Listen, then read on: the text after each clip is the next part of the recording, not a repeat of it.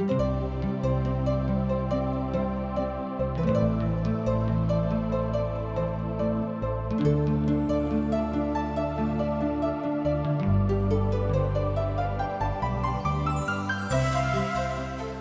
India द्वारा प्रस्तुत आशक इजोत में अहाँ के स्वागत अछि। यह कार्यक्रम हमरा के एकटा अवसर प्रदान करै छथि कि हम बाइबल सँ जुड़ल चीज के अध्ययन क सकी आ यह जानू कि हमरा जीवन के लेल परमेश्वर के इच्छा की अछि। ई उद्देश्य के संग हम यह कार्यक्रम अहाँ के लेल प्रस्तुत क रहल छी। कृपया क देखू आ सुनू ताकि परमेश्वर अहाँ के जीवन के मार्गदर्शक ठहरे। आशा के इजोत मैथिली कार्यक्रम में हम एक बेर और अहाँ के अभिनंदन प्रभु यीशु मसीह के मीठ आ पवित्र नाम से कह रहल छी। आजुक दिन हमरा सब भजनक पोथी के 56 अध्याय से ल क 58 अध्याय के दिस देखब आ तकरे ऊपर मनन करब। एहि भजन में अर्थात भजन 56 में हमरा सब एके तरह के बहुत बातक ल क आबैत विचारक देखै छी। एहि श्रेणी में 56 से ल क 60 भजन आबैत अछि आ एही तरहक भजनक वास्तविक वा अलग प्रकारक भजन कहल जाइत अछि, जाहि में अर्थात एहि भजनक लेल संजोगे एकटा शब्दक उपयोग कयल गेल अछि, जाहि शब्दक अहाँ एहि तरह बाजि सकैत छी। ओहि शब्दक नाम देवल गेल अछि एहिठाम मिकाटेन, अर्थात भजनक एहन स्वरूप जाहि में अस्थायी रूपे एम्हर ओम्हर जयबाक लेल पर्याप्त स्थान रहैक। भजन 57 में अहाँ एही बातक देखब, कियाक तऽ दाऊद बाजैत छथि, हे परमेश्वर हमर मन स्थिर अछि। यह बात ओहि शब्द के अर्थात मिकाटेन शब्द के स्पष्टीकरण करैत अछि आ एही तरह एहि शब्दक अर्थ सेहो यह होइत अछि। भजनकार एठाम कहैत छथि कि जँ स्पष्टता के साथ परमेश्वरक अनुभूति अहाँक जिंदगी में नहीं अछि तहन अहाँ अपन जिंदगी का आरंभ शांति से नहीं कऽ सकलहुँ हैं। भजन 56 वास्तविक आनंद के प्रारूप आ तकर बखान आ तकर पराकाष्ठा के बड़ व्यामोहित भ क ने मुदा स्पष्ट भ क स्पष्टीकरण करैत अछि। कियाक तऽ भजन 56 के 6 पद में दाऊद एहि तरह बाजैत छथि, नीक रहतियक जे हमरा पेड़े वाला जकाँ पाँख रहतियक। ध्यान दियौक, ई तऽ नीक रहतियक जे हमरा लग पैड़वाक जकाँ पाँख रहतियक तऽ हम उड़ि जेतौं हैं और विश्राम प्राप्त करतौं हैं। एहिठाम दाऊद बता रहल छथि कि जँ मनुखक हाथ में कोनो बात रहतियक तऽ मनुख जरूर उड़ि कऽ अपन काजक एम्हर ओम्हर करैत रहतियक, मुदा परमेश्वर मनुखक हाथ में, मनुखक शक्ति में, मनुखक सामर्थ्य में एहि तरहक बात नहीं देने छथिन। हे परमेश्वर हमरा ऊपर अनुग्रह करू, कियाक तऽ मनुख हमरा निगलऽ चाहैत अछि। ओ सब दिन भरि एही ताक में रहैत अछि कि हुनका कोना कऽ सताबियक। एहि बातक एहिठाम भजनकार कहैत छथि 1 पद से लऽ कऽ 2 पद में। तहन 2 पदक आखिरी प्रभाव के देखियौक, हमर द्रोही सब दिन भरि हमरा निगलऽ चाहैत छथि, कियाक तऽ जे सब अभिमान कऽ कऽ हमरा सँ लड़ैत अछि ओ सब बहुत अछि। एहिठाम दाऊद बता रहल छथि कि हमर प्रतिपक्षी लोक बहुत भऽ गेल छथि, अर्थात जे किओ हमरा विरोध में छथि हुनक संख्या बहुत भऽ गेल छनि। अब एहिठाम भजनक एकटा रूपांतरक दिस हमरा सभक मन जाइ छै, जे परमेश्वर एकमात्र एहन छथि जे परिस्थिति के बदल सकैत छथि, मुदा मनुखक हाथ में ई बात कहियो नहीं छलनि, नहि आजुओ के दिन में अछि। जाहि काल में हम डेराबे वाला छलहुँ हैं ओहि काल में हमरा ऊपर अहाँ ध्यान करलहुँ आर हमर भरोसा अहाँक दिस बढ़ि गेल। ई दाऊदक भयभीत छला कि नहि, एकटा प्रश्न अछि। एहिठाम उठि कऽ आबैत अछि कि दाऊद ओहि परिस्थिति में भयभीत भऽ गेल छलाह।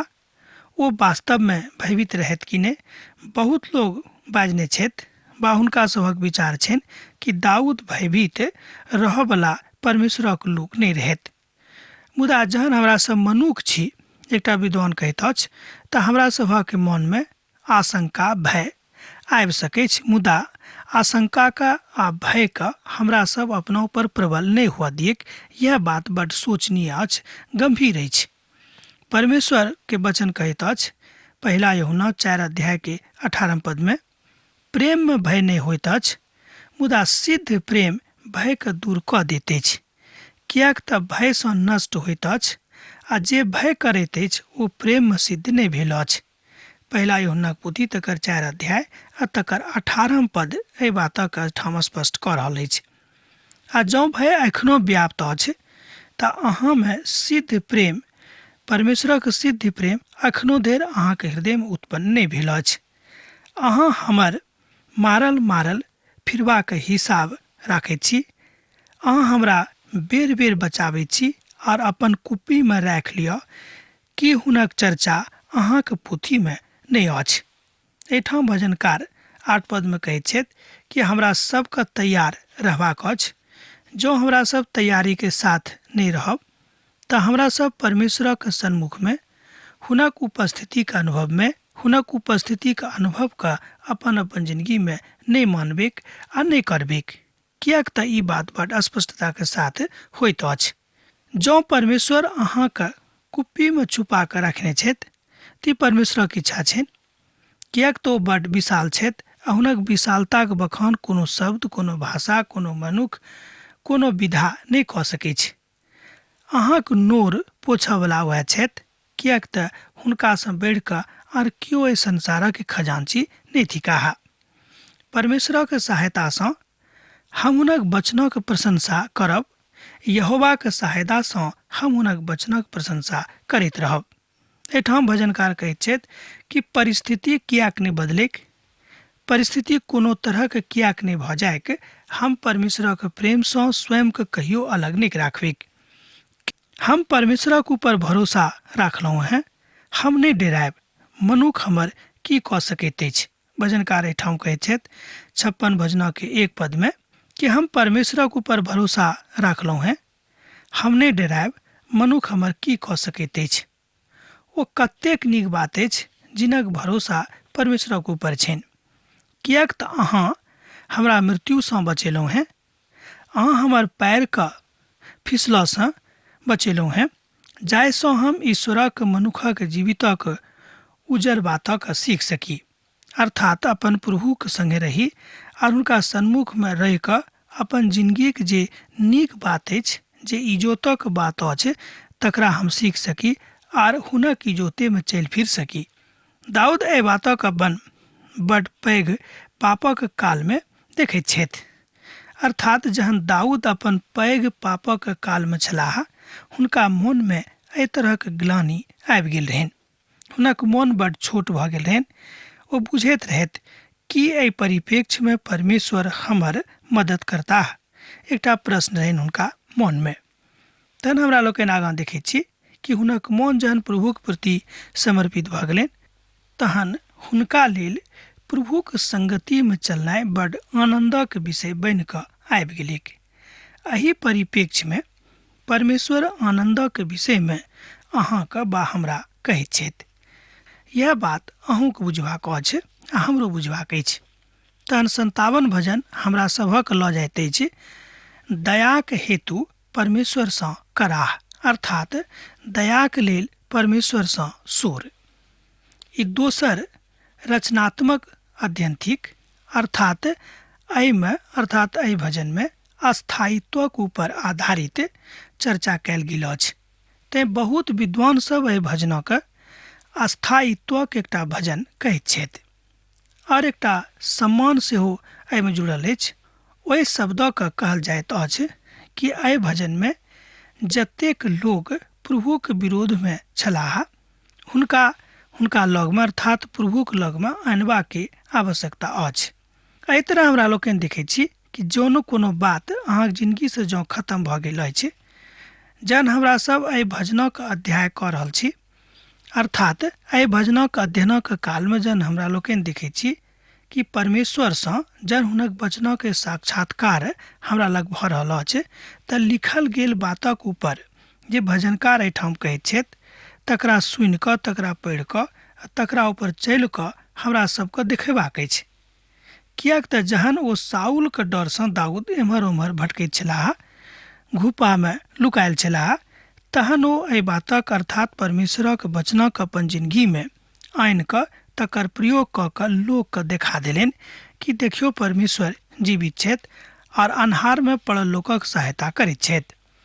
ई स्थान समुद्री सतह में रहिक बा बहुत ठाम लोक कहै छथि कि ई स्थान समुद्री सतह से कनेक नीचा में छल आ गर्मी के काल में ई बड गरम स्थान छलैक आ ग्रीष्म ऋतु के काल में ई स्थान बड रमणीक भ जाइत रहिक। ई बड विचित्र तरहक देश छल, अर्थात अदुल्लामक गुफा ओहि क्षेत्र में अछि। अब बहुत विद्वानक मत छनि जे ओ अर्थात दाऊद ओहि गुफा के दिस इशारा करैत अछि आ ई ओ स्थान अछि जतऽ दाऊद अपन बहुत भजनक लिखने रहथि आ यह भजन कयने रहथि आ हुनक दुख उठाबऽ वाला ई भजन छलिक। मसीह के दुख उठौनाइ सँ लऽ कऽ एहिठाम तक आबैत धरि एहि बातक भजनकार कहैत छथि। याकूबक दुखक काल में सेहो यह भेल रहिक आ यह सबटा बात परमेश्वर हुनका जिंदगी में अद्भुत रीति सँ पूरा कऽ देने रहनि। यह एहि भजनक मुख्य अभिव्यक्ति अछि। अब हम विचार करैत छी कि अहाँ बुझि गेल होबै कि भजनकार एहिठाम की कहैत छथि। ओ कहैत छथिन कि हे परमेश्वर, हमरा ऊपर अनुग्रह करू, हमरा ऊपर अनुग्रह करू, कियाक तऽ हम अहाँके शरणागत छी आ जाबैत धरि आफत निकलि कऽ नहि जायक ताबैत धरि हम अहींके नीचाँ शरण्य न रहब। एहिठाम हमरा लोकनि देखैत छी 57 भजनक 1 पद में, हम तऽ अहाँके विषय में नहि जानैत छी, मुदा हमरो प्रार्थना दाऊदेक जकाँ अछि, हे प्रभु हमरा ऊपर दया करू।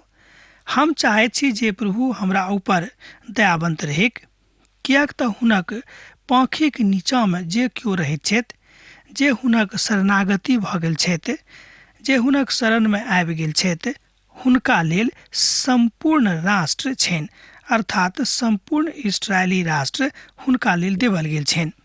मत्तीक रचल सुसमाचार तकर 23 अध्याय के 37 पद में प्रभु यीशु मसीह बाजित छथि, हे यरूशलेम, हे यरूशलेम, अहाँ जे भविष्यवक्ता के मारि दैत छी आ जे अहाँक लग में पठावल गेलाह हुनका ऊपर पथरवाह करैत छी, कतेक अहाँ बेरहम छलहुँ हैं। जेना मुर्गी अपन नेन्हाके अपना पाँखिक नीचाँ जोर करैत अछि, ओही तरह हम अहाँक नेन्हाक जोर कऽ लेब, मुदा अहाँ ई नहि हुअ देलियैक। एहि तरह हमरा लोकनि देखैत छी कि परमेश्वर चाहैत छथि कि हम अपन लोकक रक्षा करिए, ओ करैत छथि, मुदा जौन लोक तैयार नहीं रहता तो कोना के परमेश्वर हुनक रक्षा कऽ सकैत छथि। यूहन्नाक पोथी तकर 14 अध्याय आ तकर 15 पद एहि बातक कहैत अछि। यीशु मसीह बाजैत छथि, जौं अहाँ हमरा सँ प्रेम राखैत छी तऽ हमर आज्ञाके सेहो मानल करब। एहि बातक यूहन्नाक पोथी तकर 14 अध्याय आ तकर 15 पद में बतायल गेल अछि। अर्थात प्रभु सँ प्रेम जौं अहाँ करैत छी तऽ अहाँके हृदय बड पवित्र रहबाक चाही। यह प्रभुक आज्ञा छनि, कियाक तऽ जे केओ पवित्र रहैत छथि, जे अपन हृदय से पवित्र छथि, हुनका सँ प्रभु प्रेम राखैत छथि, आ जे केओ पवित्र नहीं छथिन हुनका सँ परमेश्वर प्रेम नहीं राखैत छथि। अब एही अद्भुत अभिव्यक्ति के ऊपर ध्यान करियौ। परमेश्वर स्वर्ग सँ पठा कऽ हमरा बचौलथिन आ जहन हमर निगलऽ वाला निंदा कऽ रहल छलैक, परमेश्वर अपन करुणा आ सच्चाई के प्रकट करता है। भजन 53 तकर 3 पद।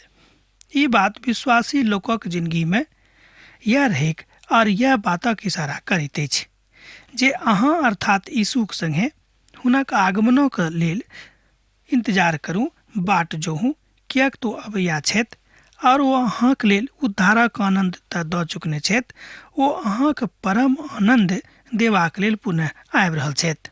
यशायाक पोथी तकर 25 अध्याय आ तकर 9 पद एही बातक अभिव्यक्तिकरण करैत अछि। जौं अहाँक लग अछि यशायाक पोथी तऽ अहाँ खोलि कऽ देखियौ, हम हुनका सँ उद्धार पाबि कऽ आनंदित और मगन रहब। एहि तरह एहिठाम यशायाक पोथी में लिखल गेल अछि। एक बेर हमरा संगे और देखियौ, हम हुनका सँ उद्धार पाबि कऽ आनंदित और मगन रहब। यशायाह पोथी तकर 29 अध्याय तकर 9 पद। हमर प्राण सिंहक बीच में अछि, हमरा जलैत लोकक बीच में लेटऽ पड़ैत अछि, अर्थात एहन मनुखक बीच में जिनक दांत विधर्मी और तीरक समान अछि और जिनक जिह्वा तेज तरवारक जकाँ अछि। एहि बातक एहिठाम 4 पद में लिखल गेल अछि। भजन भेल 57। शैतान एहि संसार में बड नीक रीति सँ अर्थात खूब धूर्तता के साथ धूर्तता के अच्छाई के पराकाष्ठा पर छथि।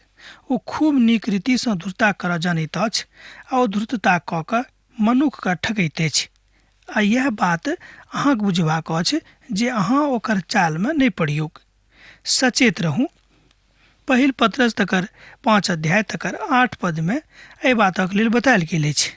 एहि तरह सचेत रहू आ जागल रहू, कियाक अहाँके विरोधी शैतान गरजै वाला सिंहक जकाँ एही खोज में रहैत अछि जे केकरा फाड़ि कऽ खा जाइयेक।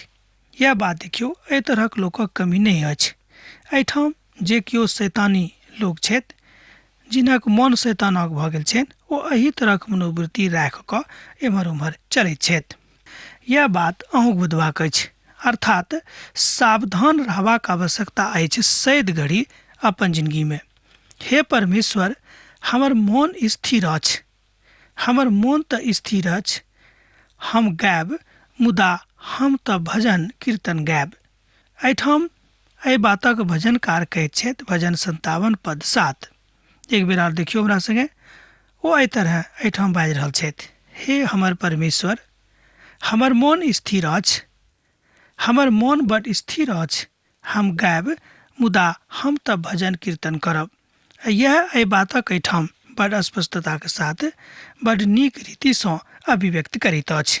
एहिठाम अभिव्यक्ति के जे सौहार्द पूर्ण भावक अभिव्यक्त कयल गेल अछि, ओ थिक कि अहाँके विश्वास अपन प्रभुक संगे कतेक नीक रीति सँ अछि वा कतेक अधिकाई के साथ अहाँ आगाँ बढ़ै छी। हे हमर आत्मा जागियो, हे सारंगी और बीना जाग जाऊं, हम सेहो पाँव काटते जागतौ हैं।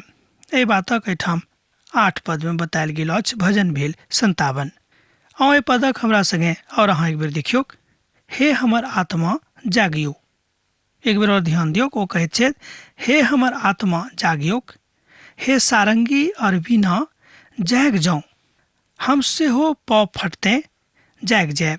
अब अहाँ अपन बातक अपन प्रभु में एहि रीति सँ देख रहल छी कि जँ अहाँ जागृत अवस्था में छी तऽ अहाँ पायब, आर जँ अहाँ सुतल रहै छी तऽ अहाँ नहीं पायब। तैं लोक कहैत अछि कि जागैत रहू, जाहिसँ अहाँ परीक्षा में नहीं पड़ी। एकटा आदर्श प्रार्थना के लऽ कऽ अब हमरा सब अहाँके सन्मुख में उपस्थित छी। भजन अछि 58। ई एकटा और स्थायित्वक बड नीक भजन अछि। एहिठाम बतायल गेल अछि कि जकर अर्थ होइत अछि कि बर्बाद नहीं करियौक। एकटा शब्द एहिठाम पवित्र पोथी के ओहि शब्दक लेल एकटा विद्वान आनैत छथि। ओ शब्दक एहि तरह उच्चारण कयल जा सकैत छै कि टेस्ट इट, अर्थात जे बात मनुख के बर्बाद नहीं करेक, अर्थात अस्थायित्वक इहो एकटा महान भजन अछि। भजन 58। मुदा ई प्रश्न करैत अछि, ई प्रभुक प्रश्न अछि जाहि बातक ओ दाऊदक रूप में अर्थात दाऊदक लग में आबि कऽ हुनका सँ प्रश्न करैत अछि। आ ई बात हुनके मुख सँ अर्थात दाऊदे के मुख सँ निकसैत छनि। ओ कहैत छथि कि हे मनुख, की अहाँ सत्य में धर्मक कथा बाजैत छी। ध्यान दियौ। ओ कहैत छथि कि हे मनुख, की अहाँ सत्य में धर्मक कथा बाजैत छी, आर हे मनुखक वंशक लोक, की अहाँ सीधाई सँ न्याय करैत छी। प्रभुक दास एहि बातक एहि रीति सँ बाजैत छथि आ हुनक धार्मिकता बड मौन भाव सँ आबैत छनि। ओ कहैत छथि कि एहि संसारक लोक सत्य में धर्मक साथ न्याय करैत छथि, कि एहि संसारक लोक सत्य में अपन प्रभु के चिन्ह कऽ अपन जिंदगी के चलाबैत छथि, कि सचमुच में ओ सीधाई के साथ न्याय करैत छथि। ई सबटा बात आजुक दिन में अहाँक बा हमरा बुझबाक अछि। दाऊदक सभटा दुश्मन हुनका चारू कातसँ धेने रहनि। एहि ठाम हमरा लोकनि देखै छी कि दाऊद अपन दुश्मनसँ घेरायल छथि। नहि अहाँ मने मोन कुटिल काज करैत छी, अहाँ देश भरिमे उपद्रव करैत रहैत छी। दुष्ट लोक जन्मतैं पराया भऽ जाइत अछि, जे पैरसँ निकसतैं झूठ बाजतैं आ भटकैत जाइत अछि। हुनकामे साँपक जकाँ जहर भरल अछि, ओहि नागक समान अछि जे सुनऽ नहि चाहैत अछि, आ सपेराक केतबो निपुणतासँ किएक नहि अहाँ अन्तर पढ़ैक, एहिके बादो ओ नहि सुनैत अछि। एक बेर और ध्यान दियौ, आ सपेरा किएक नहि केतबो निपुणतासँ ओ मंत्र पढ़ैक, मुदा एहिके बादो ओ नहि सुतैत अछि वा नहि सुनैत अछि। हे परमेश्वर, हुनक मुखमे सँ दाँतक तोड़ि दियौक। हे यहोवा, ओहि जवान सिंहक दाढ़ीके उखाड़ि दियौक। एहिठाम प्रभुक भक्त भजनकार प्रार्थना कऽ रहल छथि पद 3 में कि एहि तरहक लोकक अहाँ समाप्त कऽ दियौक जे अहाँक बातक नहि मानैत छथि। दाऊद 6 प्रकारक बर्बादीके लेल प्रार्थना करैत छथि। ओ कहैत छथि कि दाँतक तोड़ि दियौक जे जवान सिंहक अछि, आ तकरा बाद ओ और एक तरहक अभिव्यक्ति देने छथि, तकरा ऊपर ध्यान दियौ। ओ धूलिक बहैत पानिक जकाँ भऽ जायक, जहन ओ अपन तीरक चढ़ाबैक तहन तीर गनियौक आ 2 टुकड़ा भऽ जायक। एहि तरह ओ प्रार्थना कऽ रहल छथि कि हे प्रभु, जहन दुष्ट लोक केकरो मारबाक लेल तीर धनुखके प्रयोग करैत छथि, आ ओ जहने धनुखक ऊपर तीर राखैत छथि, ओ 2 टुकड़ा भऽ जायक बा टुकड़ा टुकड़ा भऽ जायक। हे प्रभु, हुनकासँ हमरा बचा कऽ राखियौक। दुष्टक कथाक केओ नहि बताबैत अछि। दुष्ट लोकक मनक बड्ड अनर्थकारी लोक देखैत रहैत अछि, किएक तऽ दुष्टक काज कतेक धूर्ततासँ भेल रहैक वा होइत अछि, तकरा ऊपर ध्यान दियौक। किएक तऽ दुष्ट कोनो काजके बड्ड दुष्टताके साथ करैत छथि। ओ कोनो काजक स्पष्टताके साथ, पवित्रताके साथ, नीक भावसँ, उत्तम मनसँ नहि करैत छथि। हुनका मनमे ई बात लागल रहैत छनि। यह बात आजुओके परिप्रेक्ष्यमे अहाँके वा हमरा सिखबाक अछि। ओहिसँ पहिने जे अहाँके हाड़मे काँटाके ऊँचा लेबैक, वह बात अहाँके सुनबाक अछि कि अहाँके हाड़मे के काँटा घुसाबैत अछि। ई दुष्ट लोगक काज अछि। ओ एहि फिरामे रहत, एहि फिराकमे रहत कि कोनाक अहाँके पैरमे, कोनाक अहाँके माथामे काँटा घुसा दियैक, जाहिसँ अहाँ परेशान भऽ जाउ। यह अछि दुष्ट लोकक काज। भजन 58 के 9 पदक जँ अहाँ पढ़बैक तऽ एहि बातक स्पष्टीकरण ओहिठाम भऽ जाइत अछि। ओहिसँ पहिने जे अहाँके हाड़मे काँटाके ऊँच लागैक आ हाड़क बड्ड जरैक, दुनूके ओ ई बातसँ उड़ा कऽ लऽ जायत।